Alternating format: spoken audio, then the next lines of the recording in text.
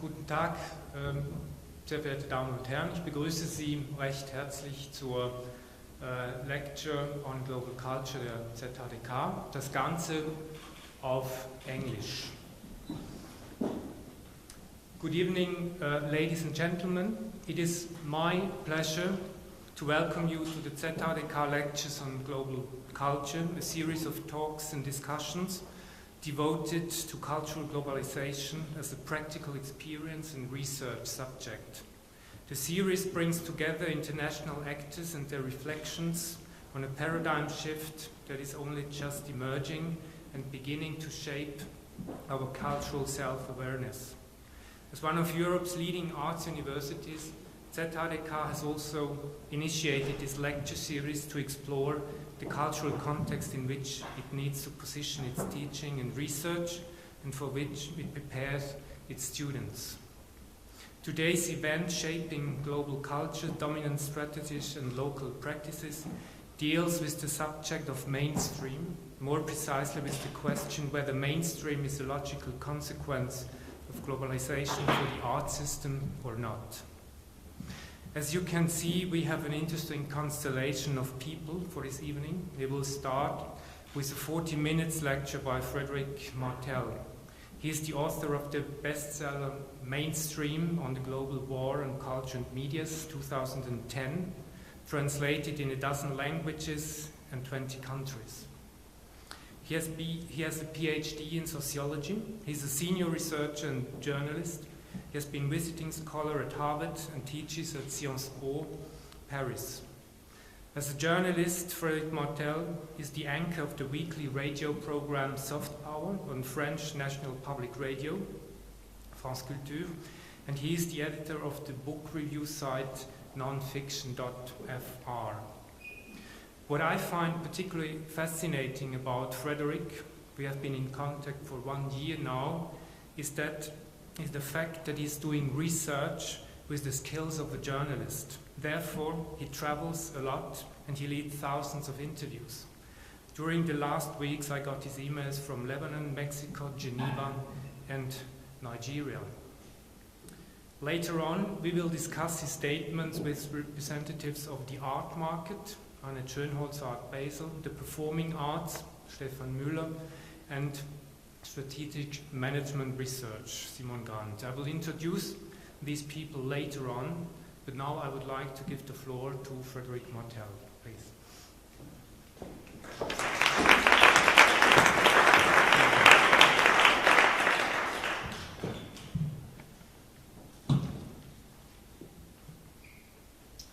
Bonjour à tous. J'ai grandi dans le sud de la France. I grew up in south of France. And du coup, j'ai un accent très fort en français. So I have a pretty strong accent in French. Je préfère donc parler en anglais. Therefore, I would prefer to speak in English.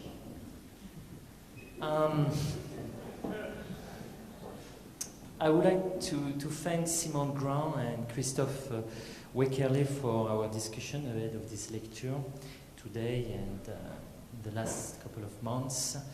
And I'm sincerely glad to be here at the ZHdK school this week. Last week I was in Kenya, not in Nigeria, in Kenya, East Africa. And I was struck by the local internet singularities and the application, very local based application and technology innovation.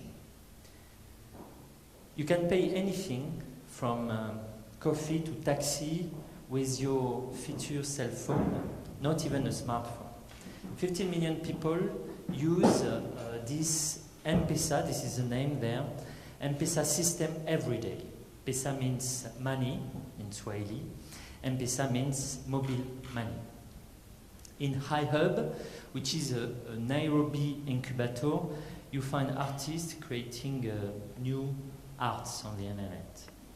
M-Farm is an application for farmers to be able to compare prices of fruit and vegetable. USHID, it's a monitoring service to 8 speeches between communities. MPrep and eLimu applications are applications for students where schools are missing. And you can have many other applications to double-check authenticity of drugs, software to write a map, for example, of the biggest slum in the region. Kibera is the name of the slum. For example, when you go to the Google map, you see a big hole without anything inside.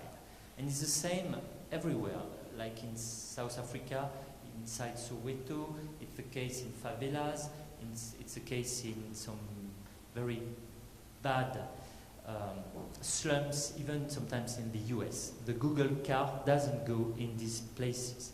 So they created a map, a way to map their own slum and to know where you can find, for example, water points, electricity access, the local news website, and so on and so forth. So they have created a map for a place where 300,000 to 1 million, we don't know exactly the number of people lived in this slum in Kibera. And Google Map doesn't even mention a single house or a single road there. So you see how the Kenyans take care of themselves, how the internet empowers them. This application is called Map Kibera, for example, and it's very useful. You can find other applications that are even more funny, I will say. For example, one, it's a cell phone game, not even on a smartphone. Once again, it's just you can use that in a basic cell phone. How to drive a matatu. Matatu in Swahili means bus, on pretty dangerous road in the savannah. It has been downloaded 800,000 times in the country. Maybe the Matatu game is more popular than the Map Kibera game, but still, both are interesting. 2 weeks before, I was in Mexico City, in Monterrey, and in Veracruz, 3 cities in Mexico. I was once again amazed by the diversity of the internet there, the singularity of the telenovela culture, and the way they use Twitter, for example, not as an elite kind of journalist favorite social network, but as a day-to-day service to get accurate information on narco-trafficking, for example, crimes. They get also basic local security information through hashtag. For example, follow Monterrey, follow Veracruz, follow Ciudad Juarez, are hashtag on Twitter that helps you to get information, real information on real time, where the newspaper are not giving you any information because they are in jeopardy and they might be killed, and they are killed actually quite often just because of reporting information on the narco-trafficking crimes. As a field researcher in the last 5 years, during thousands of interviews in more than 40 countries, I realized step by step, and it has been the main conclusion of my book Mainstream, how the globalization of culture and the globalization of the internet are as much a local phenomenon as a global one. In the music sector, for example, and I give today a kind of quick summary of 3 books and a PhD of more than 3,800 pages. So I'm sorry to go so quickly, but I tried to give you an overview of my conclusions and sometimes hypotheses as well. So I'm going to try to go directly to this conclusion. In the music sector, for example, everywhere in the world, and I've seen that in Iran, in Cuba, even in Vietnam, everybody knows in a way or in another, or I've heard about, let's say, I don't know, Shakira, Beyoncé, or Lady Gaga. But in this global mainstream culture, which is a very Americanized one, this culture is just a very small part, a narrow part of the culture that people consume and listen in this country. From K-pop, the Korean pop, in South Korea, to J-pop, the Japanese pop in Japan, and nobody there will mix up K-pop and J-pop, which are very different. From reggaeton in the US to reggaeton in Mexico, and again they are very different. And there is also reggaeton in Cuba, or reggaeton in Brazil, reggaeton in Colombia. All these music are also very different, and people like local music as much as global one. In television, telenovelas in Latin America, Mulsalsale, which is a kind of Ramadan series television in the Arab world, dramas in Asia, drama is for series TV in Asia, are also very influential. More than Mad Men, Glee, I don't know, The West Wing, or even Desperate Housewife. And even when they recreate a Desperate Housewife in Latin America, you have to make 3, not only one versions. You do one version that you shoot in Spanish, in general in Mexico, with a Mexican accent. You shoot another one in Portuguese for a Brazilian audience. And then you even shoot another one in Argentinian, in Spanish again, but for an Argentinian audience with a different Spanish accent and also with different characters. For example, the so-called plumber in the suburb of Desperate Housewife cannot live in the same kind of neighborhood for social reasons in Mexico and in Argentina. So they have to change the character, they have to change the suburb, they have to change the way they live. So telenovelas are totally different from Brazil to Mexico, from Colombia to Argentina, with different kind of plots, characters, modernity, and stories. So when we are here in Zurich or in Paris or even in Washington, we think television is more and more globalized, with CNN and ABC, MTV, or even Al Jazeera being the dominant channels. And it is true that wherever you go, you can, in a way or in another, watch or access CNN a little bit everywhere. But people are mainly attached to their national, regional, if not local channel. You have more than 1,700 up to maybe 2,000 TV channels in China, and they have mainly Chinese and local programs. Localization is even growing in a time of globalization. A year ago, for example, the Arab world, what we call in general MENA, the Middle East, North Africa region, was just a single market for television. The Qatari Al Jazeera, Saudi NBC One, Saudi Al Arabiya, or Lebanese LBC, or even some other regional TV, were basically single streams broadcasted everywhere from Morocco to Syria. Last year, NBC opened a local channel in Egypt.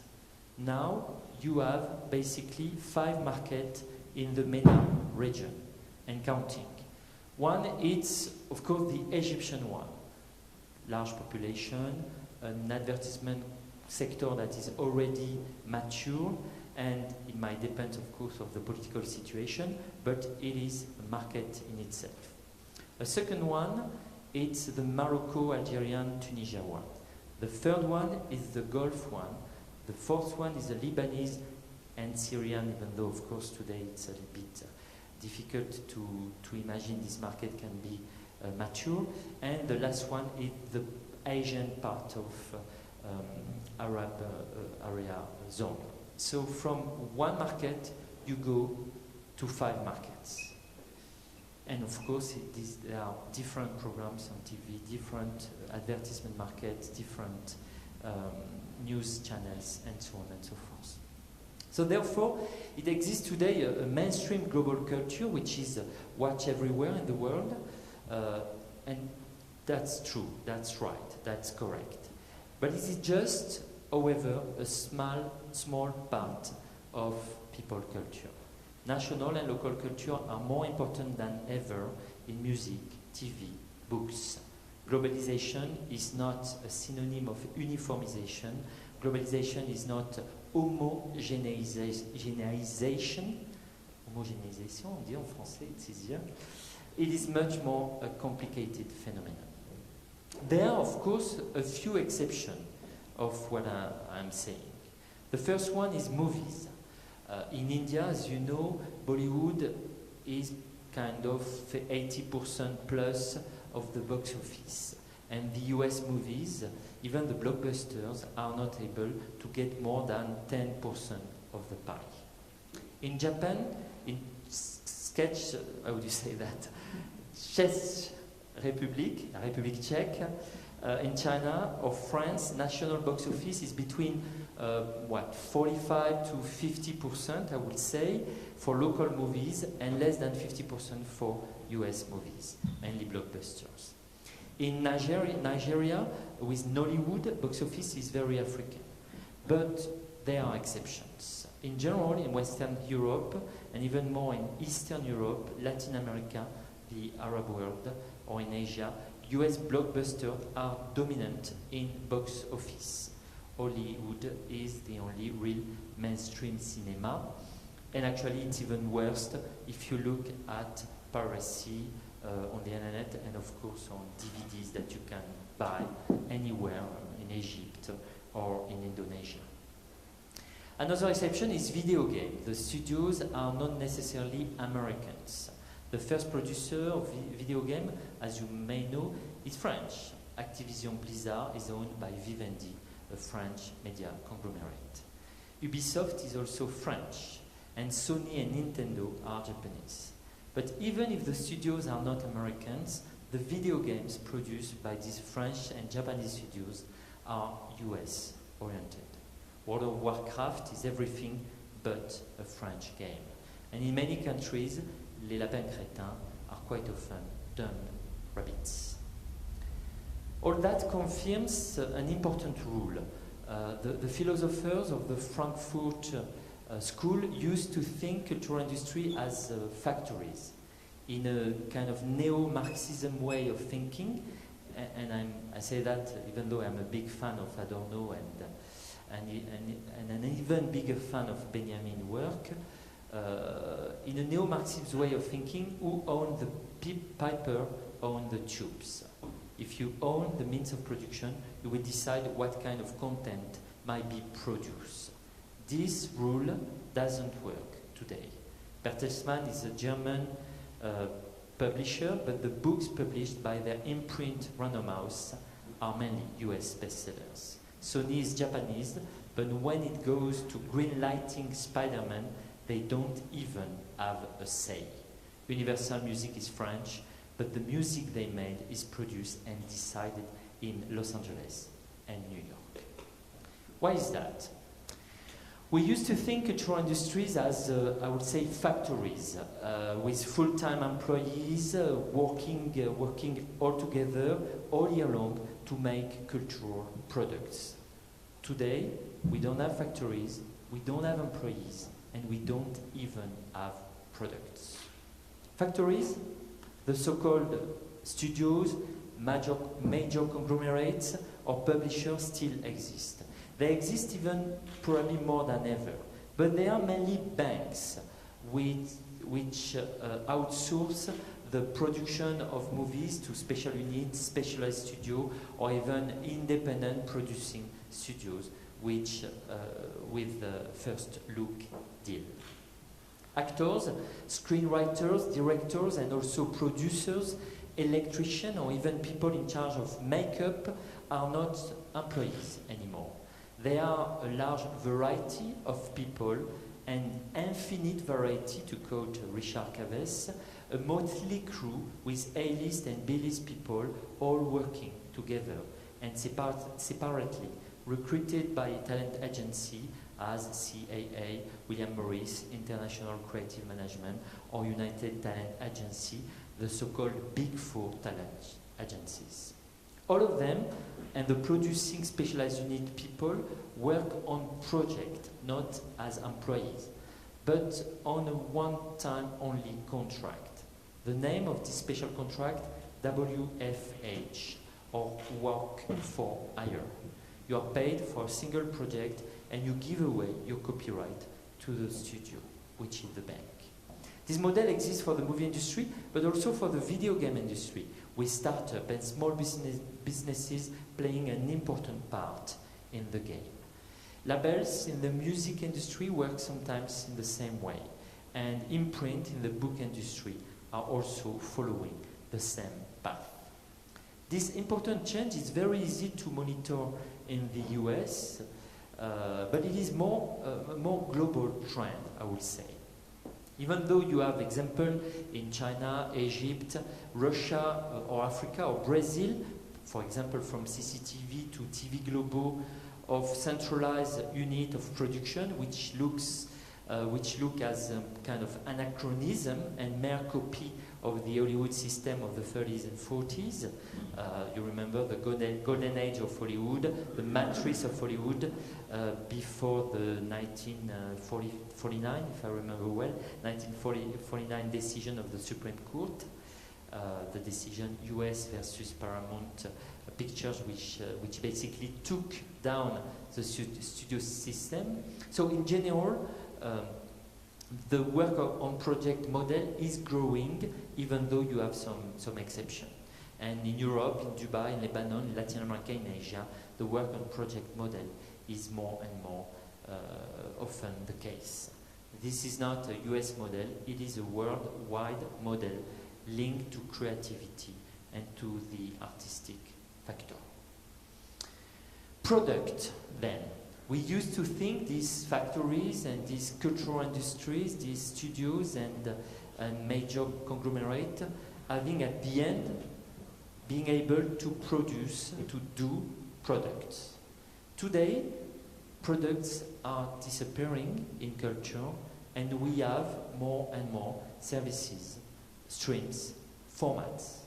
To say in one word, we had products and now we have content, and it is a very different game. I can go on and on the consequence of that, and it has been a large part of my research. But going from product to content as, for example, as a consequence, the fact that you were able to buy, to possess, to have an accumulation of this product in a kind of, I would say, bourgeois way, in Balzac, in Proust, you collection, you keep all this product. Today, you don't own it, you can just rent it. Two other important changes in the culture field are also and they look very US-oriented, US-based, even though they are more and more globalized trends as well. The first one is a redefinition of what is culture, and the second one is cultural diversity. For a long time, even in the US, the definition of culture has been a European one, high culture versus low culture. High culture shouldn't be mixed up with low culture. The arts are separated from the entertainment, and the main job of the critic, the job of the academic and the likes is to maintain this border, this frontier. Popular culture can be taken seriously and even but it has to be separated from the arts and culture, capital A, capital C. From Adorno to Hannah Arendt, from the US magazine Partisan Review in the 50s to the French one Télérama today, culture has to be capitalized. I don't even want to mention here the articles by Adorno, for example, on jazz, which suppose not to be music but radio, as you remember it. Hierarchy and distinction don't work that way anymore.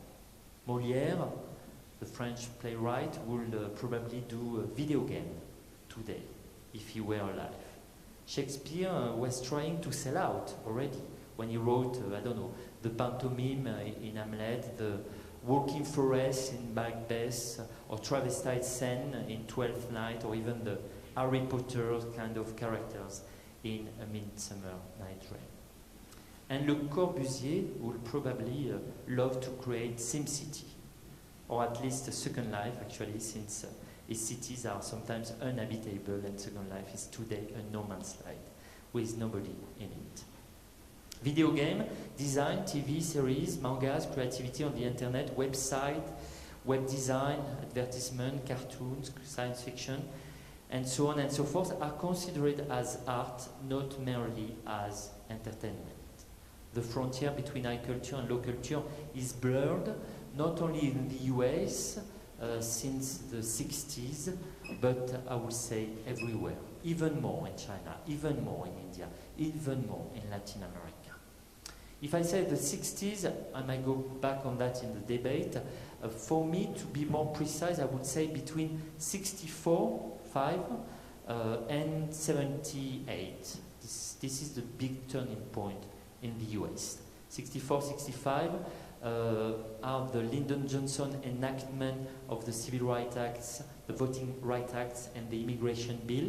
So the black issue and the Immigration Bill are the main turning point on the one hand. And on the other hand, 1978 is the Supreme Court decision on cultural diversity, the well-known Backy decision.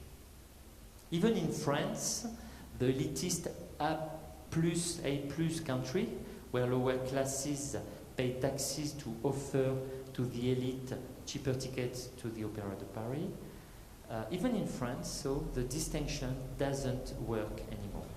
Studies from the French Ministry of Culture shows clearly the so-called schizophrenia of cultural practices.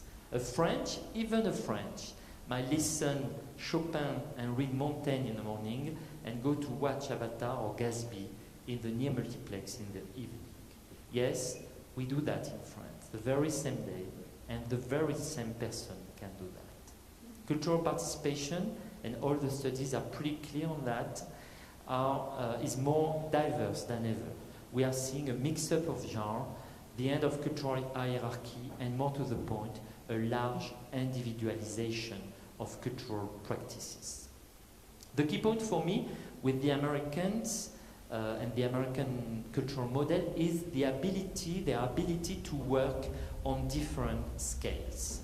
They are able to produce, and we know that, mass culture and mainstream culture through blockbuster, bestsellers, hits. But they are very good to nurture a visual art scene, an arty theater, an avant-garde dance network, and a huge number of counter-cultural, underground, experimental artists. The universities, the non-profit sector, what we call the 501c3 non-profit sector, and community centers are a key part of the fabric of this culture. In Europe, as a matter of fact, the US influences us through Disney and through Nan Goldie, through Avatar and Ang Lee, through Matrix, Kung Fu Panda, and Spider-Man, as well as through, Martha Graham and Bill T. Jones, Trisha Brown, and Merce Cunningham. Community culture, hip-hop, rap have a large influence as well in our Arab community, and the same is true with reggaeton in Latin America, Asian American culture in Asia, or even Iranian US culture made in Los Angeles or in North America in Toronto, which has a large influence in Iran today.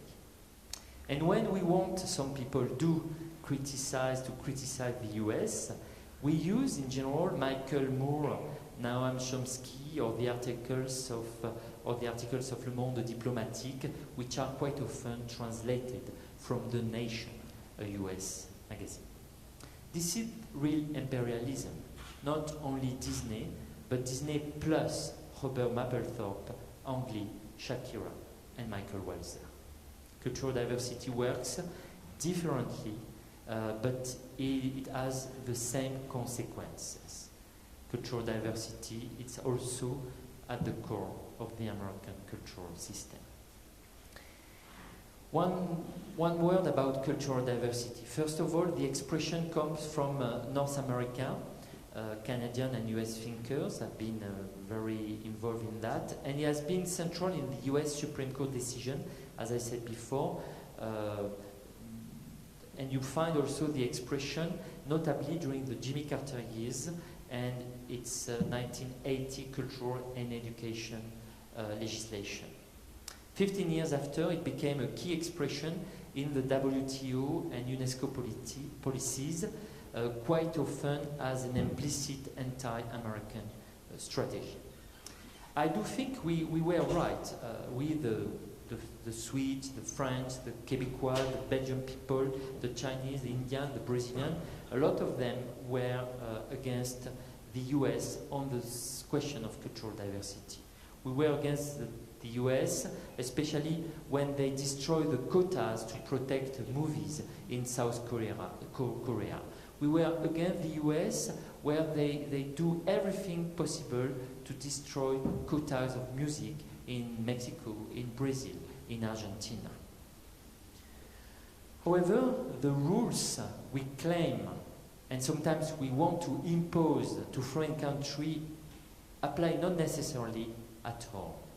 The Quebecois, for example, want to protect their culture and their language, and I do think they have the right to do that, but they don't necessarily recognize indigenous languages and cultures. For example, the Aborigine autochthone culture or the Inuit folklores, and the French. The French asked the world to protect cultural diversity, but they never took local culture seriously, nor for folk culture. They don't even recognize regional languages, in clear contradiction with the Cultural Diversity Convention. And when it goes to Arab culture in France, even though 10 to 12% of the French population is Arab, the French are afraid on the matter and don't care about cultural diversity at all. In the US, however, cultural diversity is a concrete issue. First of all, because you have 112 million people who belong to a minority out of 310 million US citizens. And among them, 51 million Hispanic, 38 million blacks, 50 million Asian. In the US, diversity is not a word, not an ideology, point of view. At multilateral level summit meetings, it's a day-to-day reality. Second of all, when you look at the movie industry, the book industry, the music one, of course, and even the theater, diversity is booming in the US. On Broadway, for example, the quintessence of mainstream theater, the key playwrights were in the last couple of years David Wong, for example, a Chinese-American who did M. Butterfly, I think.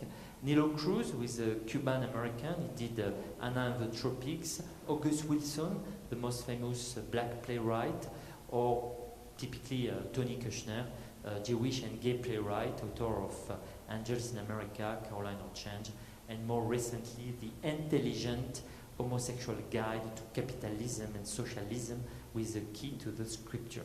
It's the title of the play, 2009. In conclusion, on cultural diversity, I'm amazed and sometimes puzzled how Europe, China, and so on are in favor of cultural diversity abroad, but don't necessarily valorize it at home, whether the US fight against cultural diversity abroad, but defend it at home. One word now on emerging country, and I don't want to be too long. Emerging country, of course, I'm not the first one to discuss the subject in the last 15 years. Hundreds of books have been published on globalization and emerging countries, especially about demography or economic development. However, I don't know that many books on globalization in terms of culture, media, and the internet. For me, and it has been a key conclusion of my book Mainstream, emerging countries are emerging with their culture, medias, and the internet. Emerging countries, the very same name is paternalist and condescending. And if you try to say that to a Brazilian, I've done that recently, he say immediately, emerging? He doesn't like the expression. So we have to say maybe, I don't know, high growth economy market or something else to have them be more happy by the expression. whatever. For me, these high-growth economy markets are not just the so-called BRICS, Brazil, Russia, India, China, and now South Africa.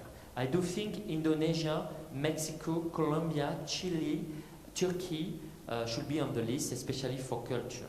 And Vietnam as well, Burma, perhaps Egypt, Iran, Kenya, and Nigeria, depending on their political future. One new screen of multiplexes open every day in Mexico and Brazil. 2 new screens every day in India. 3 to 5 new screens every day in China. In the Arab world, new conglomerate medias are already powerful and international. NBC, Rotana, Al Jazeera, of course, but also Reliance and Sahara, which are giants in India. Reliance already bought a large share of DreamWorks and of a dozen American so-called independent studios, and Sahara was close to buy the Metro-Goldwyn-Mayer a few months ago. I can go on and on this subject with Televisa in Mexico and the TV Globo Group in Brazil, Carlos Slim in Mexico, or MultiChoices and Napsters in South Africa, and so on and so forth. To summarize, I would say the US won't be the only player in the game of cultural industries. It will remain a key country, but other players will enter the game. However, the question is still in the air for Europe.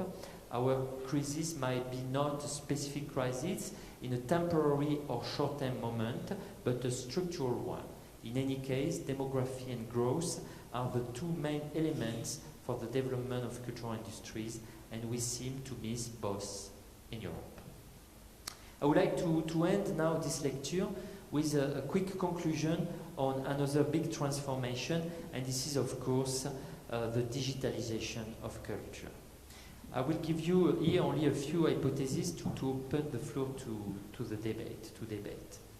First of all, we have to be very cautious when we map the evolution of culture on the internet age.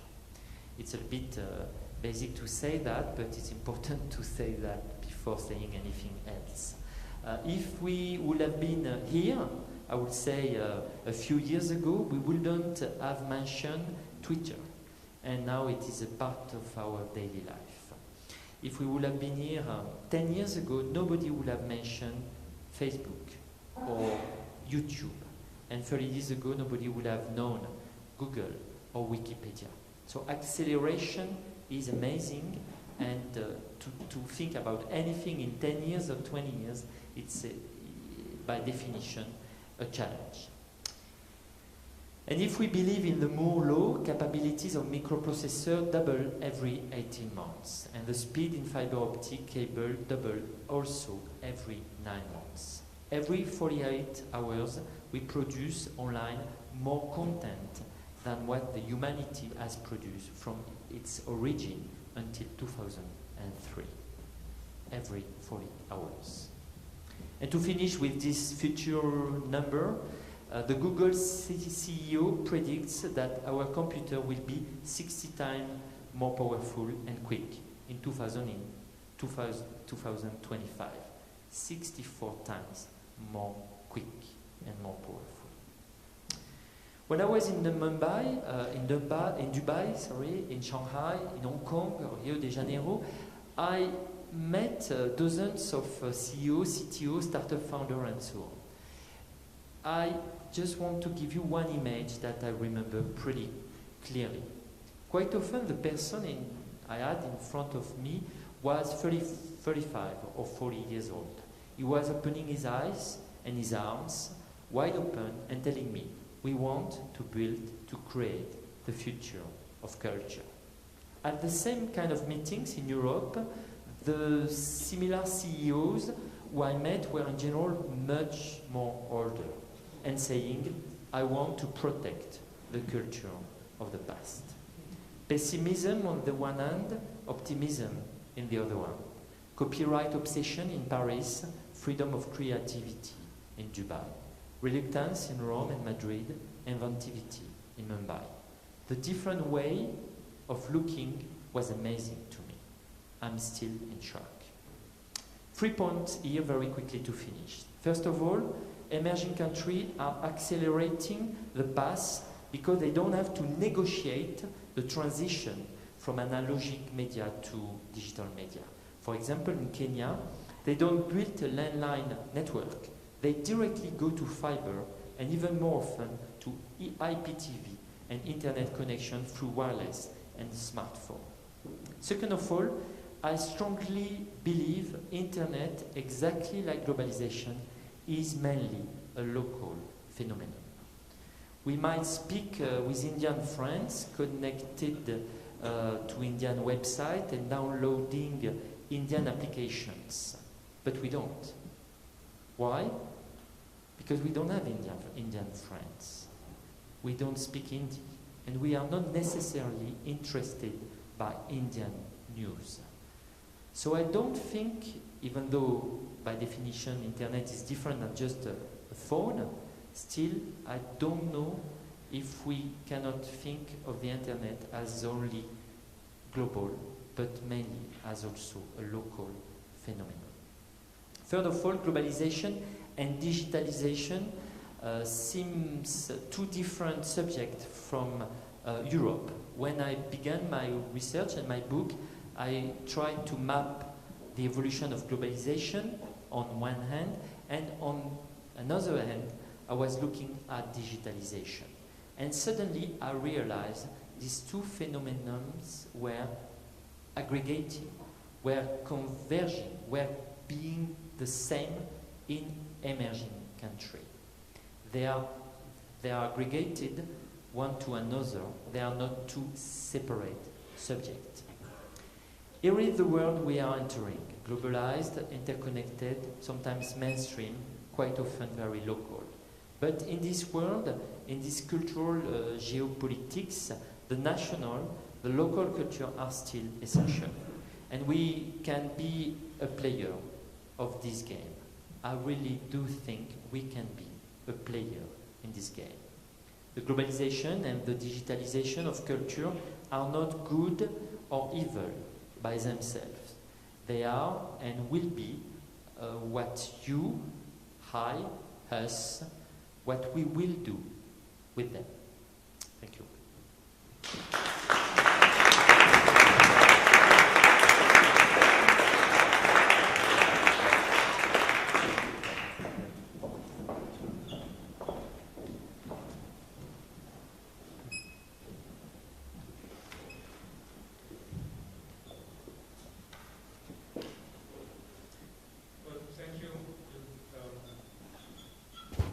Thank you, Frédéric, for your very interesting lecture. Before we start our discussion, I would like to introduce the other persons on the panel. This is Annette Schönholzer. Please come to the floor. She's a member of the Executive Committee of Art Basel, and in her role as the Director of New Initiatives at Art Basel, she's responsible, among others, for successfully positioning Art Basel as a global brand leader with branches in Basel, Miami, or Hong Kong. She's just come back from Hong Kong and Venice, and will be in Basel next week. Then we have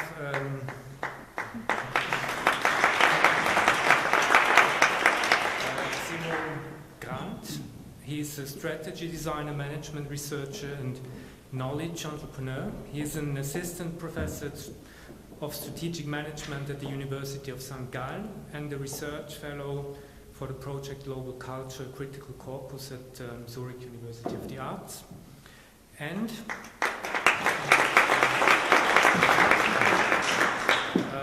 Stephan Müller. He's an international theatre and opera director. He's head of the Master of Arts Stage Directing at ZHdK.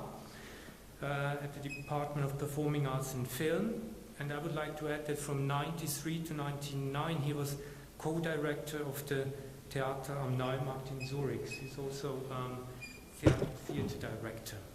Please. Okay. I stay here just for one moment. I would like for the audience to structure the discussion in three main sections. First, I would like to discuss a bit more in detail what Frédéric understands by mainstream, because I think that this very interesting concept is very often misunderstood. And I think that it would be very interesting to approach mainstream by different branches, because we have here now specialists for the performing arts, for the fine arts. Simon has been doing research for many, many years in the fashion sector. So this would be a first part. Then in a second part, I would like to focus a bit more on this global and local, on this tremendous field of tension which is between those two poles. And then third, I would like to open the floor for discussion, because I think we have an interesting constellation, but we also have a very interesting public. So if you want to start now with this concept of mainstream, let me try to give a short resume. And Frédéric, you can tell me if I have to glance at my notes now whether I've understood well or not. First, and this is this main misunderstanding, you don't say at all that soon there will be one mainstream culture which will replace everything on earth. That's, you say, far from it, something completely different, because you see very thriving local cultures, but they are faced with a globalized culture, still very American, if I understand well. And so you say in a certain way that we are becoming more local and more global at the same time. And this means that we are becoming less European, for example. This might be a problem for us. Then you have a second main line in your argument. You say that the Americans are no longer on their own when it comes to media campaigns and globalized entertainment, that there are more and more hotspots popping up in Asia, in South America, in Africa. And when I understand you right, I also have to add, when you speak of culture, you always speak of a culture which can be reproduced and copied on the internet. You don't speak so much of live performance or avant-garde culture. So that so far I understand your concept of mainstream. Is this right, more or less, just to start? Perfect. Okay. Oui. Perfect. That's it? Yeah. No, just one point. I made my PhD on the American cultural system. So when I did the PhD, my focus was only on two sectors. The public sector, so basically everything that is run by the government, and even though you might think nothing is public in the US, a lot of things are public actually. And the conclusion of the PhD was that you have as much as money as in Europe per capita, public money to culture in the US than in France, or probably elsewhere in Europe. The difference is that it's made in a very different way. And the second sector that I was studying in my PhD, which is a book, De la culture en Amérique now, was the non-profit sector. So basically the museums, the performing arts centers, libraries, ballet, orchestras, which are all, without any exception, non-profit. None of them are private in the sense of commercial. They are not public, not funded directly by the government, except a few exceptions, but they are 501c3, which is the article for the non-profit sector in the US, which explains everything at the end. So I've done the public sector, I've done the non-profit sector. Mainstream is a book about the market. So by definition, in mainstream, I don't look at the performing arts sector or the visual arts or the fine arts because I've done that before. And for sure, the word mainstream is really about something that you can, what we call industry, that you can replicate on mass culture, mass market, and then to have that on the internet. To say the truth, of course, if you quote me on that, I will say I never said that. Mainstream for me was an idea to live. I'm sure it's a bit like that in Switzerland, but in France, when you speak about culture, you have immediately 20 people that say, what is culture, what is art, what is entertainment? And then you spend the year explaining something without any solution, because there is no way to end this debate. So I say, okay, I don't speak about arts, I don't speak about entertainment, my word is mainstream. And they were, oh, a new word. And so you were able to change a little bit the term of the discussion. This is why I use this word, and I'm pretty happy, at least, to avoid this long debate. Okay, thank you. But nevertheless, I'm interested now in whether Annette Schönholzer, she's one of the most distinguished, I would say, expert for the global art system and expert for the contemporary art market.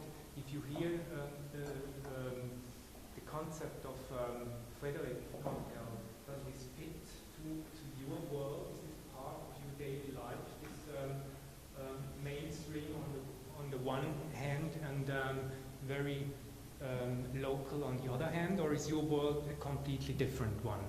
Well, I think you've basically both answered that question already by saying that you have not been focusing on the visual arts in the past, and I do think that the main difference between what you can see in the visual arts is that, which makes it very unique to me, is the actual uniqueness of the piece itself.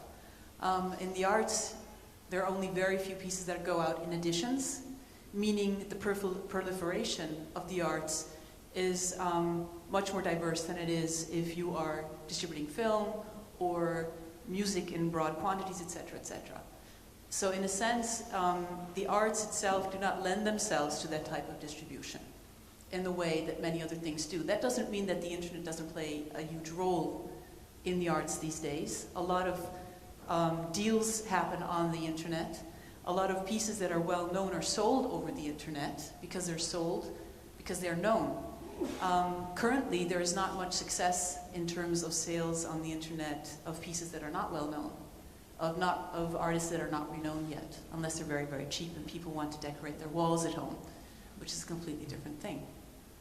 But if you're talking about the global and the local, I do think that, let's say, the visual art world has become a very global networking place, but the product, I'm going to use the word product in the end, that is displayed there is a very, very personal and unique experience between the artist and the viewer, the collector and a gallery, or the museum within which an art piece can be seen. So I do think it has a bit of a different place in the world. Okay, thank you.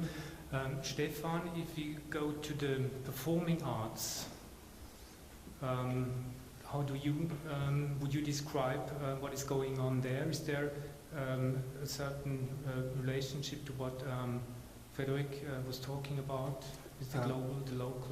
Well, the great thing about theater is that you cannot reproduce it, you cannot copy it, and you cannot perform it at more than one place in one specific location with one specific group of people.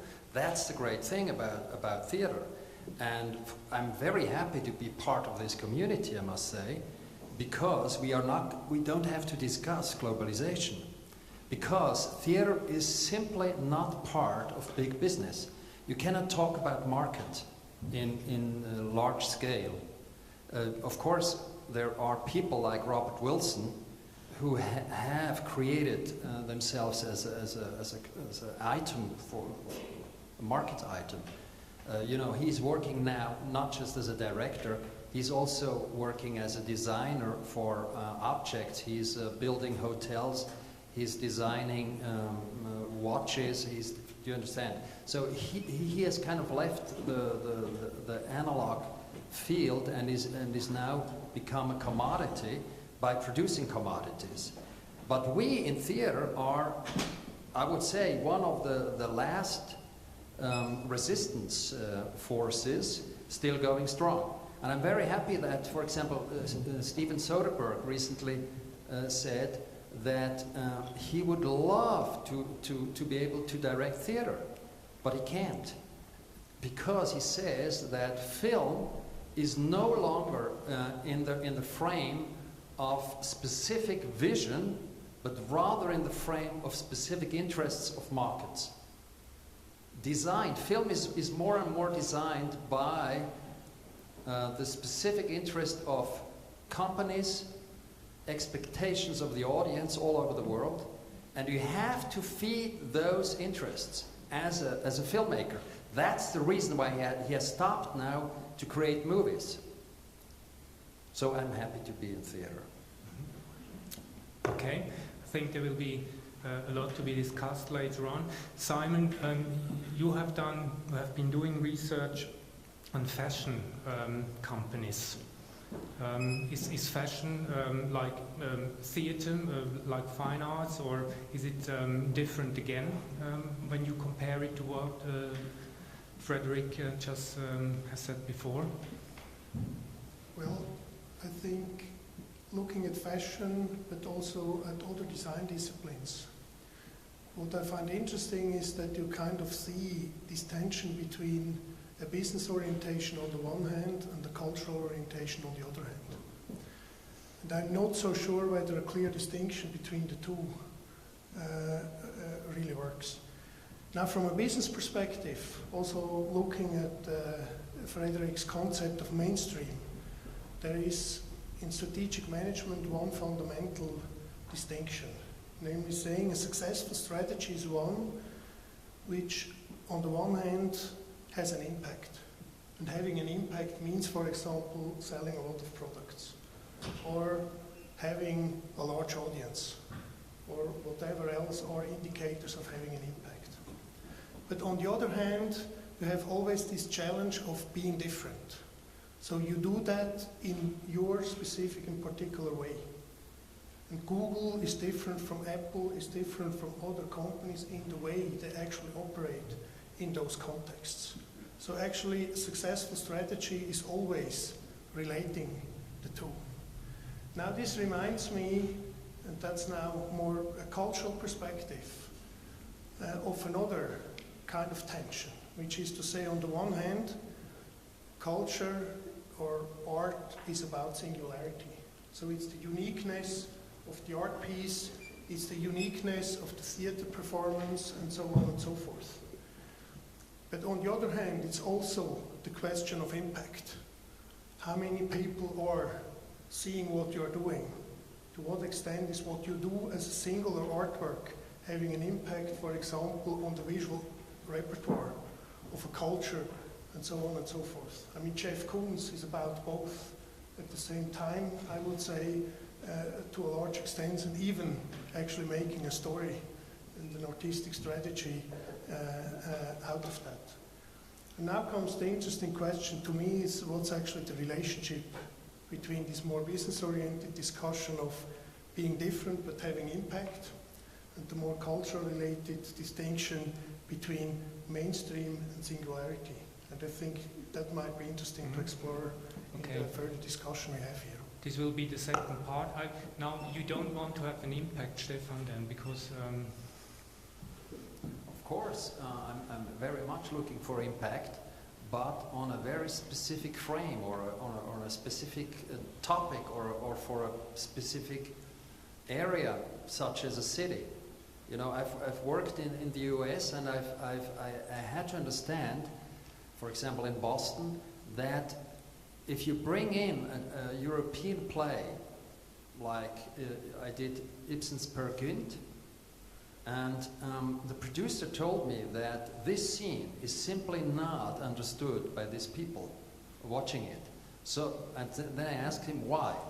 And he described to me that there are completely different codes of understanding within this community. And so I changed the scene, and it actually was they were able to read it, let's say. Impact is very, very important, but I very much like this term singularity. We in theater, we are constantly confronted with singular facets of reality. You know, we meet a space. This space has a specific poetic or a certain spirit. I meet a cast. I assume, I take you now as a cast. We are today in Zurich, do you understand? So there are so many informations which I have to reflect in order to produce a show which can be read, and based on this being read, it can have an impact. I'm absolutely for impacts, but I'm also totally for singularity. Okay, we will discuss later on what could be successful strategies between this field of tension, mainstream, singularity. I come to you but first, Annette, impact, singularity, is this part of your world too, or are there other different words you use, or more important other subjects? Well, I'm glad you brought up Jeff Koons, because then I didn't have to say it. Because Jeff Koons obviously is like one of those very good examples of huge impact on a very large scale of artwork that I particularly don't find very interesting. And I do think that the singularity of certain art pieces that do not have that type of impact, because they are not dispersed in that way, have in a sense, at a personal level, a much larger impact than that. Stephan, I would think it was very interesting the way you're describing how in theater you will accommodate a situation to make the codes understandable for the public. I don't really come originally from the visual arts, but from what my experience over the past 10 years of working in the visual arts around artists and gallerists, I enjoy the art the most of those artists who do not make those compromises. Those are the ones within which I find the largest depth can be found, and therefore singularity is an extremely important facet of the visual arts. Simon, and then Frédéric. Just kind of two examples. On the one hand, taking the example of theater. Someone like Peter Brook is probably an interesting, contrasting example to Robert Wilson. He has actors from different parts of the world. When he's preparing a piece, he's, for example, taking his theater group to villages in Africa and playing it there without actually the children and the people there having the particular understanding of what the whole thing is about, saying, if I'm really able to tell a story in theater, then I gain the attention of children in an African village to actually explore kind of my endeavor. So it seems also in a theatrical context that there is kind of a subtle line between highly contextual and singular aspects, but always also elements of kind of things that can travel, be it stories and so on and so forth. Now, taking the other example of Jeff Koons, of course we individually can judge and say it's interesting or it's not interesting. And I think that's the interesting thing about singularity. On what basis are we judging whether something singular is of value or not? And now mainstream is a very helpful thing, because there you have a quantitative basis. So if you have a large audience in a lot of parts of the world, then that's kind of a quantitative indicator of even doing something singular that is of importance. Or you can say, no, it's something very different. If I don't understand it at all, then that's an indicator of singularity. Or you say, when I've never seen it before, taking the context of the fashion industry. In haute couture, that's kind of the permanent pressure for being novel, again and again and again, and whenever you do something that somebody else has already done, you have a huge problem with your own position. So on what basis do we actually qualify something singular as being of value, or just something we don't understand, or being crazy, or out of context, or waste of time, or whatever else. I would like to quote Steven Soderbergh again, because he gave an answer to your question. One, he said, mainstream movies have 3 lacks. They are lacking 1, complexity, 2, ambiguity, and the third one I forgot. But it was something important too. So I'm just saying, you know, you are on the so-called mainstream boat, and something is always lacking. Now, Frédéric, is this for you a very European discussion we are having here with this capital C of culture, or please? I'm sorry. You know, I find it immensely interesting to speak of Europe and Switzerland, really. Also in a country that claims it's very diverse, you know, but at the same time has, for instance, a supporting system for the arts that in the end actually waters down every individuality by the way in which we support the arts through all the cantonal funding bodies, so all the foundations. Everybody in the end has to create mainstream to be able to be subsidized in this country. And this is not, we're not part of Europe, obviously. So what does it mean when we're talking about a European conversation? Sorry. Europe, it might be different things, but I have to not to keep my tie, because when we fight in France,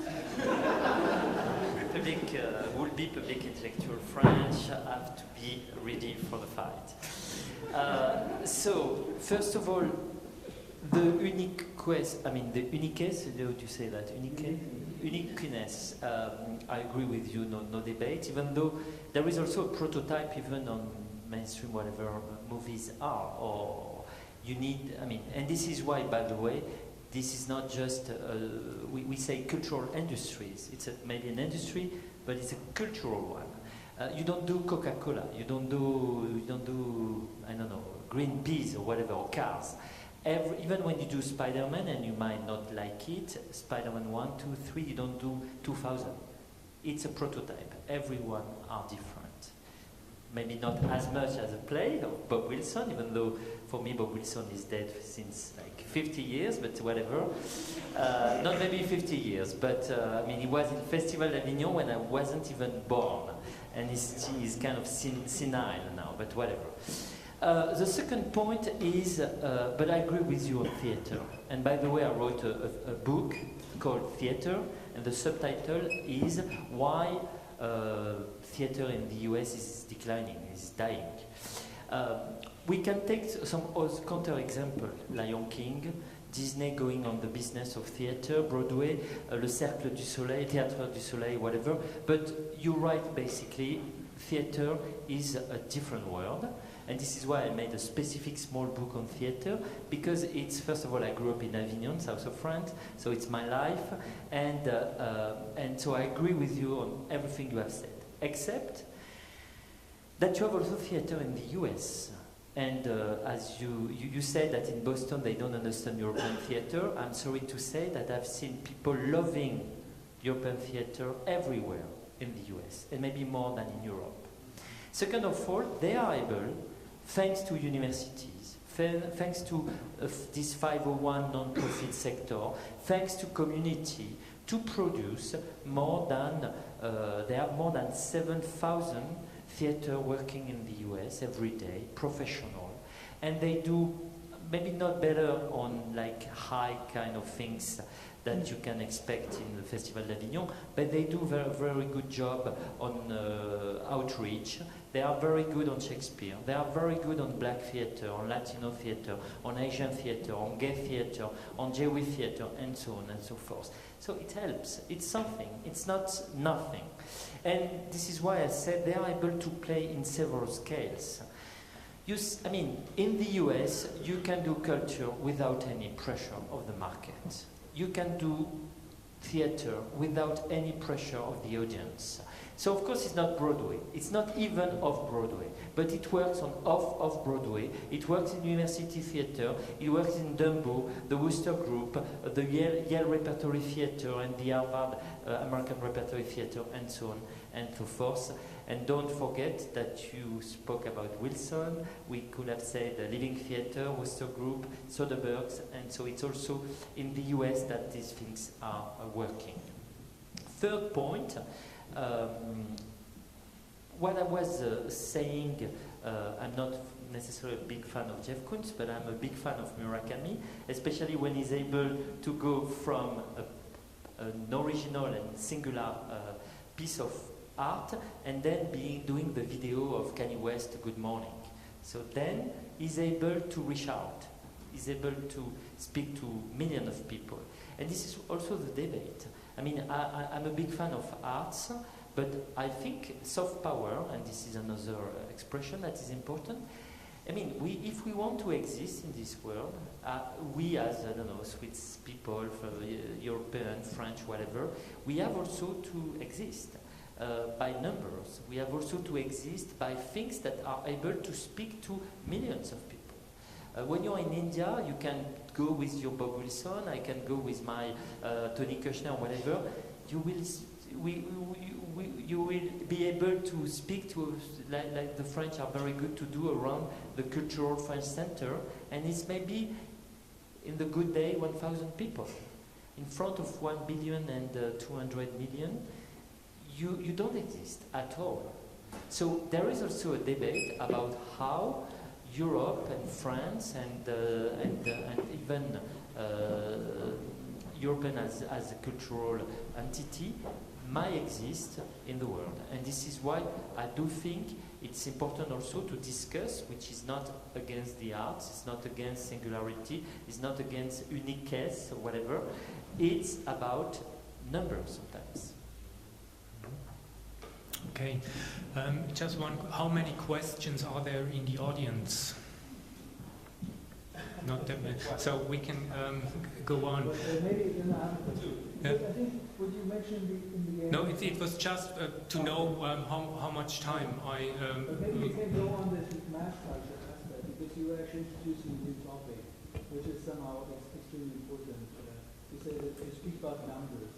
I would really like to understand what also the others think about that aspect. What is the relationship between elitist culture and mass culture here? If you speak about the need for speaking to the millions as well. Yeah? No? Because it's all of what you're representing otherwise. Is it elitist? Is it you thinking that you're doing elitist culture? Yeah, so I would say that we have one question for the discussion already. Let's cut here because we could continue. You mentioned soft power, but Simon, again, you mentioned this singularity, mainstream impact, and this is a strategic asset, I think. And you are a professor for strategic management. Are there ways how you deal with this kind of problems? And then I would like to ask Annette, she's director for new initiatives. What does this mean for Art Basel, for example? Are there other fields of tensions interesting for you? First, Simon. In a cultural context, I was raising this issue of on what basis are we judging singularity as something having value. And I mean, we are surrounded actually by devices that help us to make those judgments. Be it rankings, being numbers, but also being critics, commenting, or experts having an opinion, or biennales kind of deciding what's in and what's out. So I think the cultural system lives of a lot of devices and institutions that are kind of essential to kind of enter this game of how do we judge singularities as something valuable or not. I mean, to some extent, we could argue Art Basel is also such a judgment device to identify and make such distinctions. And I think that's particular about the cultural context in comparison to other business contexts, where, for example, you judge on the basis of functionality or you judge on the basis of certain other aspects which simply don't work in a cultural context. But still, this challenge of how do we deal with this value issue in a different and appropriate form is, I think, a very fundamental thing in that industry. And I'm just saying numbers, and that's where mainstream comes in, is one of many such aspects that might play a role. And I think that's also where this distinction you're kind of raising maybe comes in again through the back door in one way or the other. I can't handle all these microphones. So your question, Christoph, again, is... Well, when art... Follow the debate. No, I'm following the debate, but I want to combine the question. Very short, you are responsible for new initiatives. Yeah. What does this mean? What does and has that it to mean? do something with Art Basel Yeah. being a judgment device and singularities? I mean, clearly, as Simon says, Art Basel is a judgment device. I probably would assume that these days it's also a navigation tool for many people. It provides a kind of orientation in a world where many things are happening at the same time. It is a system within which you say you're in or you're out. You can't be a little bit in Art Basel. You're either voted in or you're voted out of the system in a certain way. But that's a very simplistic way of looking at it. In the end, what it does do is that inside of that in and out system, there are various other subsystems where we try to provide showcases for much more diverse art than might be the Jeff Koons approach. And again, I want to make it clear, Jeff Koons is a good artist. I personally don't like what he's doing, but that's what art is about, right? It's about making choices. So new initiatives basically also means being aware of the fact that, yes, the local is very important in a global world. New initiatives means that when we do go to Hong Kong and we open a third fair in Hong Kong, that it is not about bringing in a Western approach to Hong Kong. It's actually also about creating a platform where both East and West can meet, where, and I hate the distinction between East and West, it's a much more diverse thing again, but creating a place where anybody who's interested in the arts from another region can go and see it in a more intense fashion than it has been able to do it in Basel or in Miami to date.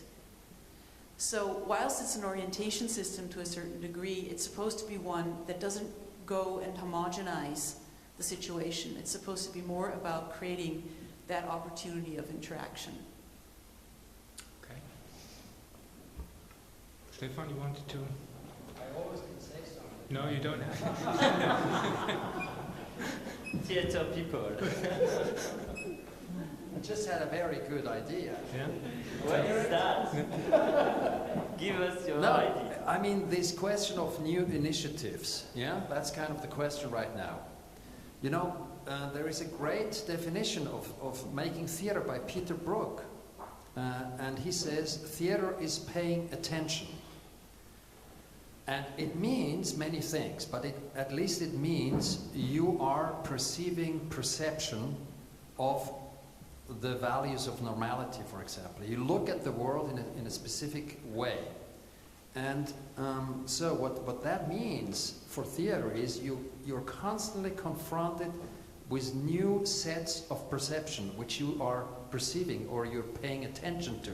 So that means we are constantly involved in new initiatives. We don't have to think up so-called systems of creating new initiatives. We are constantly doing it by being and working and playing. Okay. Simon, then a last comment from Frédéric, also from you. Later on I would like to open up. Yeah, okay. Just two comments again from a kind of strategic management perspective. One being, if you as an organization or as established as Art Basel or some of the cases also Frédéric is talking about, I think to remain in that position over time is not an obvious thing. And I think that's first of all very important to understand. You have to remain an institution in a highly dynamic, changing environment with a lot of competing initiatives going on at the same time. So without renewal over time, you won't actually remain in that position. So actually, I think that's one element. And the second element is, at least that's what I observe with organizations in many different contexts, that in addition to that, what you're constantly doing in one way or the other is experimenting also at the periphery. So it's two kind of renewal. It's a renewal of the established business model you are following or the established position you have.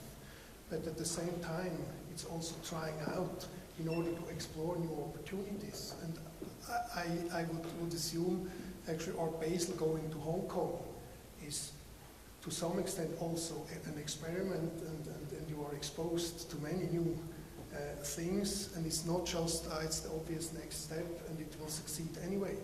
So I think it's very important to understand this dynamic as part of such an organization to remain in the game.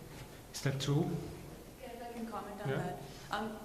I think you're right about that. I think it's also what's very interesting for us right now is to see the way that what we experience in Hong Kong or all over Asia reverberates in what we have to do in Basel and in Miami now. I mean, the feedback loop is much louder than you would think. It actually it forces us to question what you're doing in your own local environment, or what we call comfortably what we know or think we know, and therefore this sort of cycle of questioning, experiencing things and then going back and questioning it is very, very much part of the expansion and the experiment. And I truly believe that 10 years from now we would be having a completely different conversation that we're having right now, or when we launched into the adventure of Hong Kong. Okay, thank you. Frédéric, is there one last comment from your side, or shall I open up for discussion? Well, I do have a question, because I mean, okay. your book is a very complex one. I think that your lecture only could touch upon some of the more superficial, actually, points of what I think your research has been about. What I do miss a little bit, and I'm looking around here, and I'm thinking we're just all too old to be sitting on this panel, quite frankly, if we're talking about the internet age. And I'm looking into the audience, and I see a lot of people who are kind of similarly in our age. And I'm thinking about all the things that we grew up with, which were without the internet, and what this new generation is actually facing. And my question to you is, when you do your research, who are you talking to? Which generation are you talking to? When we talk about the local developments and how, let's say, a younger generation of people really develop the cultures, which will be the cultures of the future, how do you bring the demographics of that into your research? In fact, Mainstream was really a book on mass culture, on soft power, and on the current situation of cultural industries, either the movie industry, the video game industry, the book industry, the music industry. And a bit the commercial theater, which was in this book, and the non-profit one was on the other book.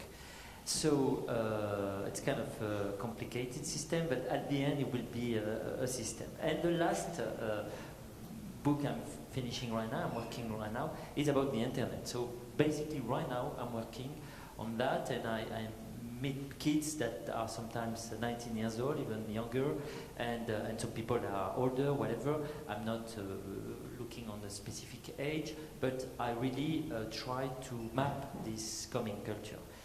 And this is the other point I would like to emphasize. You said something that before that I like. When you say Soderbergh said mainstream culture means 3 points, and you lost the third one, was complexity, ambiguity, and maybe creativity, or maybe diversity. The third one would have been. And I thought it was a very good sentence and a very wrong one. I do believe, and I mean, I will be happy if we will be right, because then we will be able to really fight.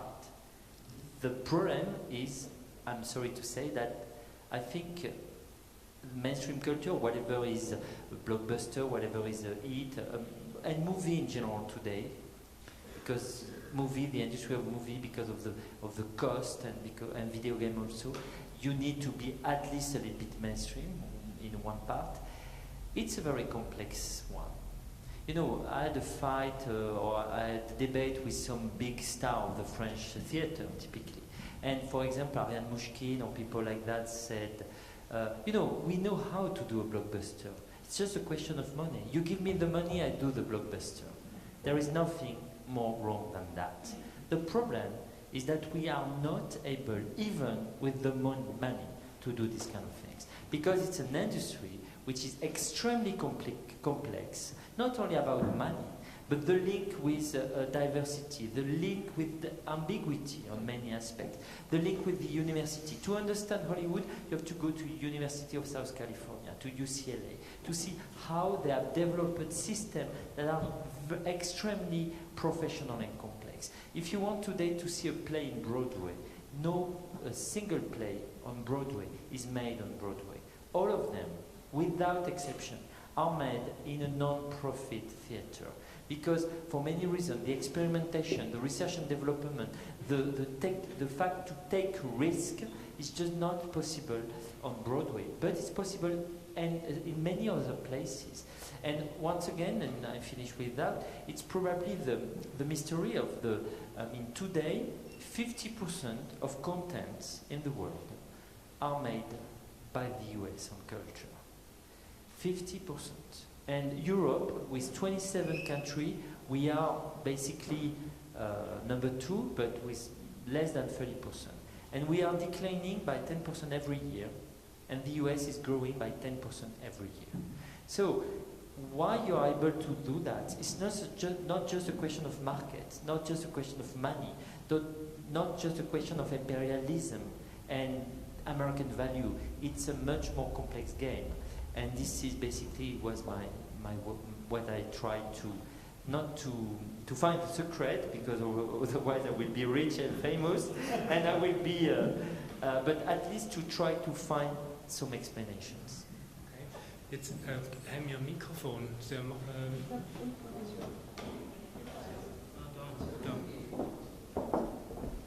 let's open up for discussion.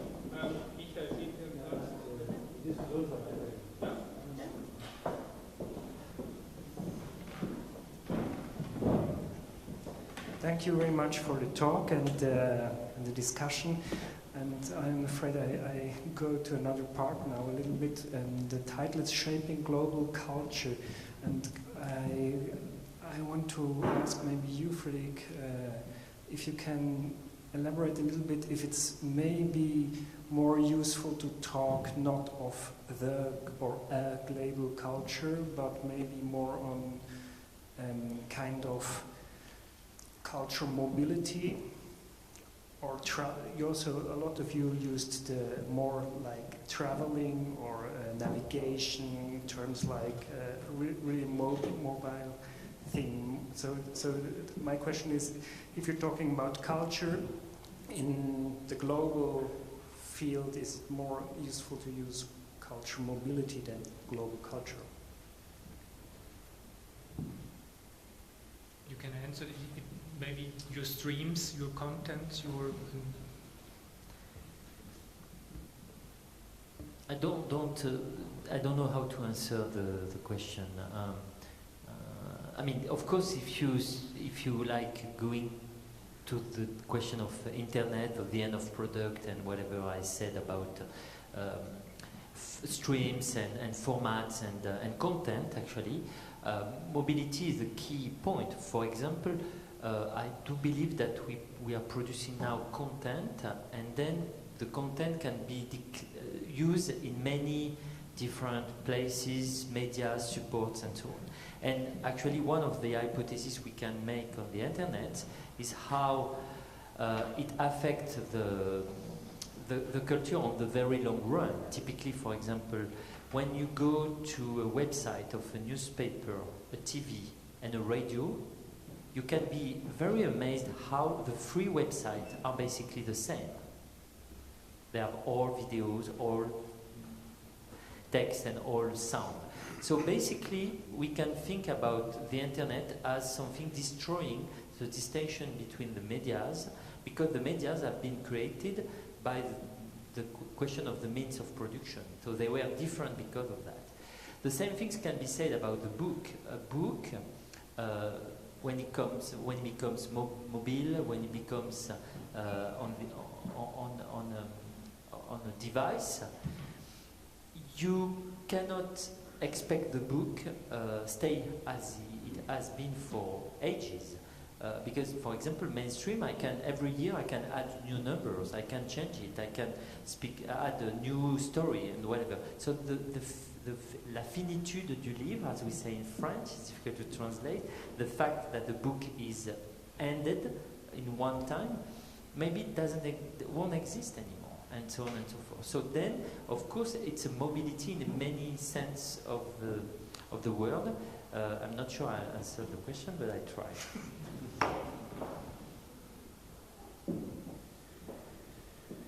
Yes. Also to Frédéric, listening to your talk, I sometimes got dizzy by all the dramas, text titles that you mentioned, and I wondered, when do you find the time to write books and to receive and to read all these different media offerings? And I would like to connect with some more structural question, because the question of resources and time management. I think there's an underlying issue in your talk that all the new forms of communication and of delivering messages and products of cultural industry, there's one common denominator. This is that we all need devices in order to receive these things. And this is something structural, totally different, because we need hardware which is defined by others and produced by others.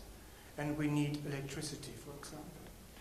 And on the long run, I think there is a tendency in this.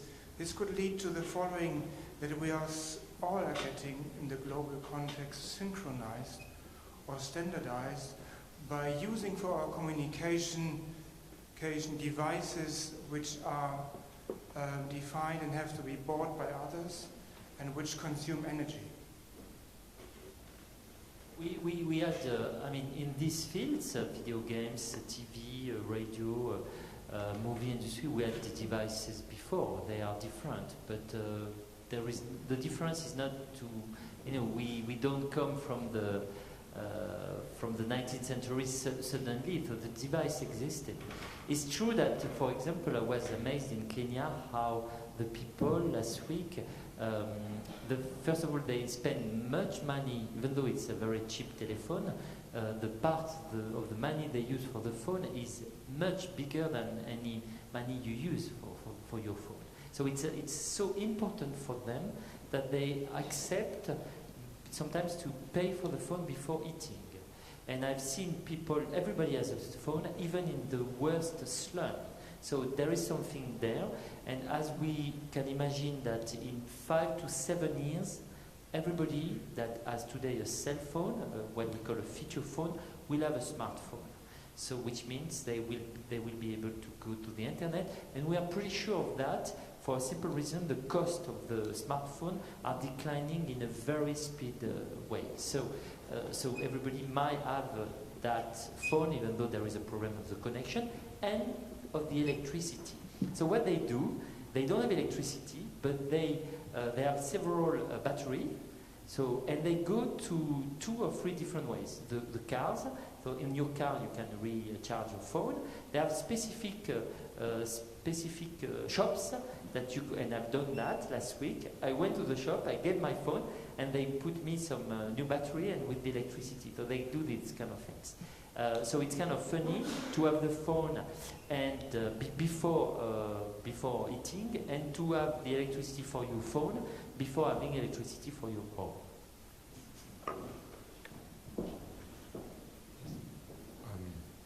Is there sound? Oh, yeah, there is sound. Well, just to add to my neighbor, a book is a device as well, and the most standardized one. It has pages and 2 covers for 600 years already, or maybe 2000. Nevertheless, it's produced a huge diversity of intellectual contents. I guess even a theater is a device built by somebody else, and not by me as a spectator. But that wasn't my question. My question goes to Frédéric, whose book Mainstream I've read, and I share a large part of your analysis. But when it comes to the end, the last chapter, you quoted in a very brief way now, saying that the production of content in the United States is growing around 10%, exportation too, and in Europe it's declining 10% year over year. So we can calculate our end. Thomas, that must be very important for you as director of this art school. What then shall we do? Just wait and see, or how to make this turn?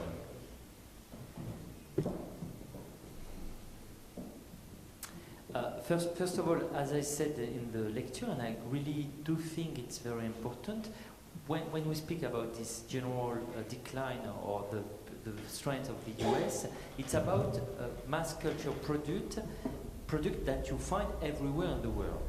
It doesn't mean that the US are growing at home here. On the contrary, as I said during my lecture, I do think that actually French culture, European culture is not dead. I mean, the problem for Europe is how we are able to create something in common of 27 or 28 or whatever countries is. And this is really a big debate, except on theater. I do think theater, it's something European. Probably visual arts, a little bit performing arts, a bit fine arts, but on mass culture, movie, books, video games, TV, there is nothing in common right now between Europeans. And this is a shame. It's terrible. And it is declining. But at the same time, we have 27 cultures that are pretty strong, and even sometimes stronger than before, so they are growing. But they are not able to connect to anyone except their own. So the European culture is very simple. Our own and American culture. That's it. And so it's good because we have the local one, the national one, which is strong. But the problem for Europe is how you connect all these people. And it's one of the main, among many others, problems of Europe. Another just point, a quick answer on books. I'm not, we'll see what will happen. Bookshop will be probably in trouble very soon. Library has to find themselves what they are going to do. Today in the US and in Canada, 60% of libraries are are giving books, e-books to their people. So you don't even have to go to the library to have a book. You just have it as an e-book. So what does it mean to have a library after that in 10 years, for example? So books will be very in trouble, probably even more than music and the movie industry. But I'm not afraid, because at the end, diversity is pretty high and will be very high, even on any diverse device that you can imagine. So I just think it's a different way to think about books, about all the culture as we have known it. And I finish just with an answer. I asked a kid, actually he's a kid, he's 25 years old, he's an already pretty famous journalist in the US, a movie critic.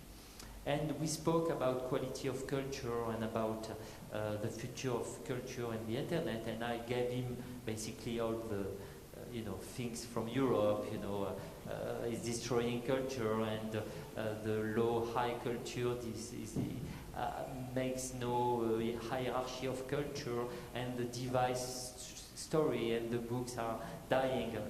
What Alain Finkielkraut says every day in France, or these kind of people. And the guy said to me a very simple thing. When you want to speak about culture, when you have this kind of way of thinking in general, ask the people his age and his color of what kind of race he's from. And this kid is 25 years old and he's black. So can we continue the discussion outside at the bar, or are there, Thomas, one last question for the president, and then... It's a very simple one. It goes to Annette Schönholzer. How was the first edition of Art Basel compared to what you do in Basel or Miami? Compared to Art Basel and Miami? it makes our Basel Miami Beach look like our Basel in Basel, quite frankly. I mean, the major difference between the existing fairs that we've had and this one is that it truly is 50% Asian. And I think that's really such an important experience for anybody who's really interested in knowing where the art world is going. I'm not saying that we're covering everything at all, but I'm saying it's a good opportunity to see that. And that's the major difference. So when we say Asia, we say that's like when we start in Turkey, and it's all the way down to Australia in a way, and you cover a lot of ground and many, many different cultures. It's not about China. It's about Korea, it's about Taiwan, it's about Indonesia, it's about India. So it's extremely diverse in that regard. And it's much easier to build a good-looking fair with Asians, I might say, than it is with US unions. Okay, so thank you very much, Frédéric, for your lecture. Thank you very much, Annette, Simon, and Stephan, for the discussion. And you all stay here for the next half an hour, I would say. If there are more questions outside at the bar. My last question, Michael, can you tell something about, not, okay? The next lecture series? I'm not able because I don't know the names. Are you? Yes, yeah. So we are continuing our lecture series in autumn. The next lecture is going to happen on the 7th of October, so it's still quite some time to go. We will inform you on time what's going to happen in detail. We have invited an architect who is also a designer, Carlo Ratti, who is at the same time director of a research lab of the Massachusetts Institute of Technology. He's dealing with a lot of issues you're actually obviously covering also currently in your new research, Frédéric, about digital culture. So this is going to happen in the beginning of October. On November 5, we have invited somebody who is a journalist and a filmmaker from Holland, and particularly familiar with the subject of new journalism, new forms of journalism, new forms of also formatting content of news. She's currently doing a documentary on that subject. Her name is Brechtje van der Haag. And in December we have here in Zurich Veshika Desai. She is one of the probably most proliferate also historian on Indian art. She was running as a president the Asia Foundation in New York for more than 20 years and is currently advisor to the president of Columbia University in New York for international projects. So that's the program for autumn, and we hope to see you again. We most likely will have most of the events be hosted here in the Studio A, or Bühne A, hier in Theater der Künste. Okay, gut, jetzt sind alle eingeladen zu einem Glas draußen an der Bar. Vielen Dank fürs Kommen.